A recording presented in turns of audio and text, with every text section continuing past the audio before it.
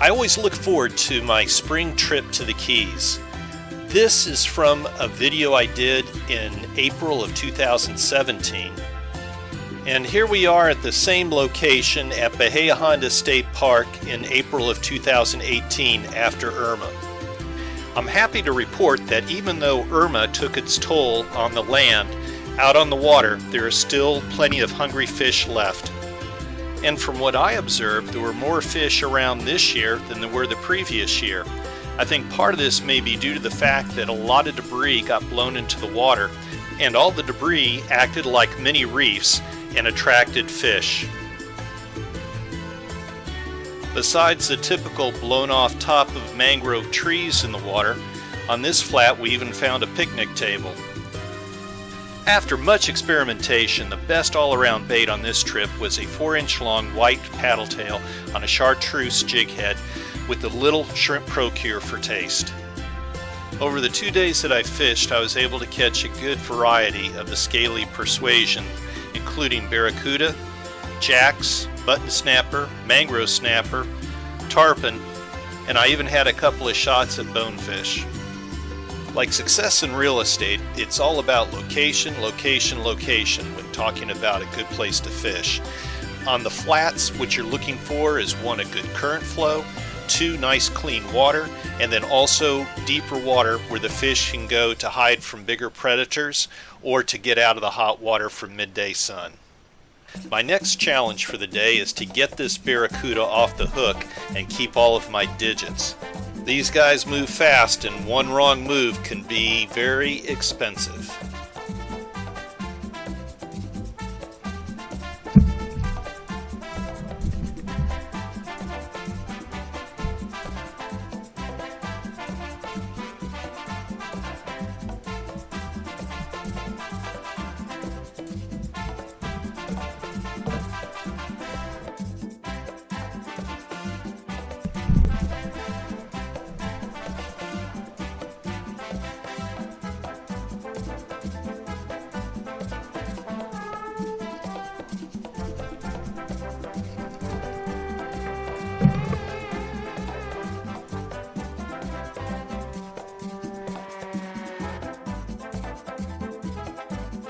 Besides fish, you'll find a lot of other sea life up on the flats, like this horseshoe crab that's related to the arachnid or spider family and also has blue blood. Here is a Bahamian sea star. As the tide dropped, I followed the fish to deeper water. Along the deeper edges of the flat, you'll find mutton and mangrove snapper, along with tarpon. From my experience, the best edge of the flat to work is that edge that has the best current flow. The other thing to keep in mind is that fish normally, when they're tracking down their prey, swim into the current. So when you're positioning your boat or your kayak, be sure to anchor up to take advantage of that instinct. This time the deeper water produced a mutton snapper.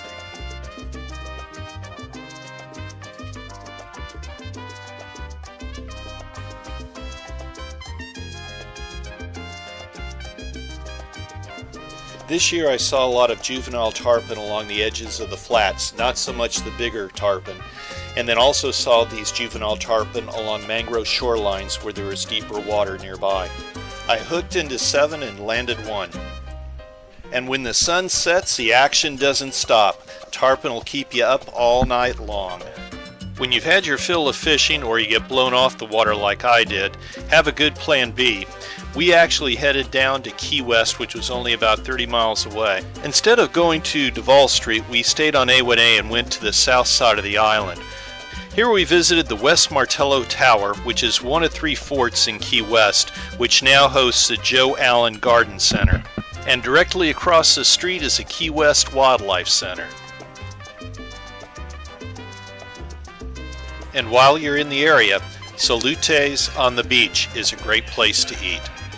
We then headed over to Key West's historic seaport. Here you can visit countless shops and also watch the tarpon and pelicans feed when the fishing fleet comes in around 4 p.m. And relax at the turtle corrals as you enjoy their happy hour and take advantage of the great view overlooking the harbor. and then swing by the Dairy Queen for a nightcap. Just get there early to avoid the long lines. One last suggestion, don't forget your snorkeling gear. Whether you take a guided snorkeling trip at John Pennekamp State Park or just walk off some beach with your gear, you're going to see some great sea life if you just take the time to go for a swim.